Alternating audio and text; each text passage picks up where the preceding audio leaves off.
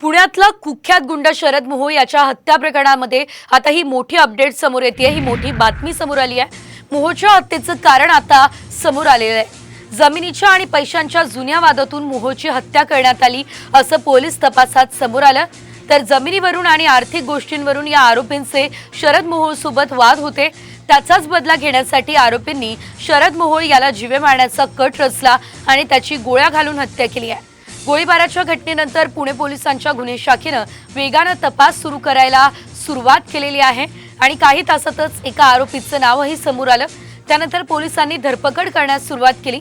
पुण्यातील खेड शिवापूर जवळच्या लपून बसलेल्या तरुणांना पोलिसांनी ताब्यात घेतलं आणि त्यानंतर मुख्य आरोपी मुन्ना पुळेकर याला शिरवळमधून ताब्यात घेण्यात आले। आतापर्यंत 8 जणांना ताब्यात घेतलेला आहे। जमीन आणि पैशांच्या वादातून संपवलं असल्याचं आता कळतंय। तर पोलिसांनी 8 आरोपींना या संपूर्ण प्रकरणात अटक केली आहे। पुण्यात पुन्हा एकदा मुळशी पॅटर्नचा थरार बघायला मिळालाय।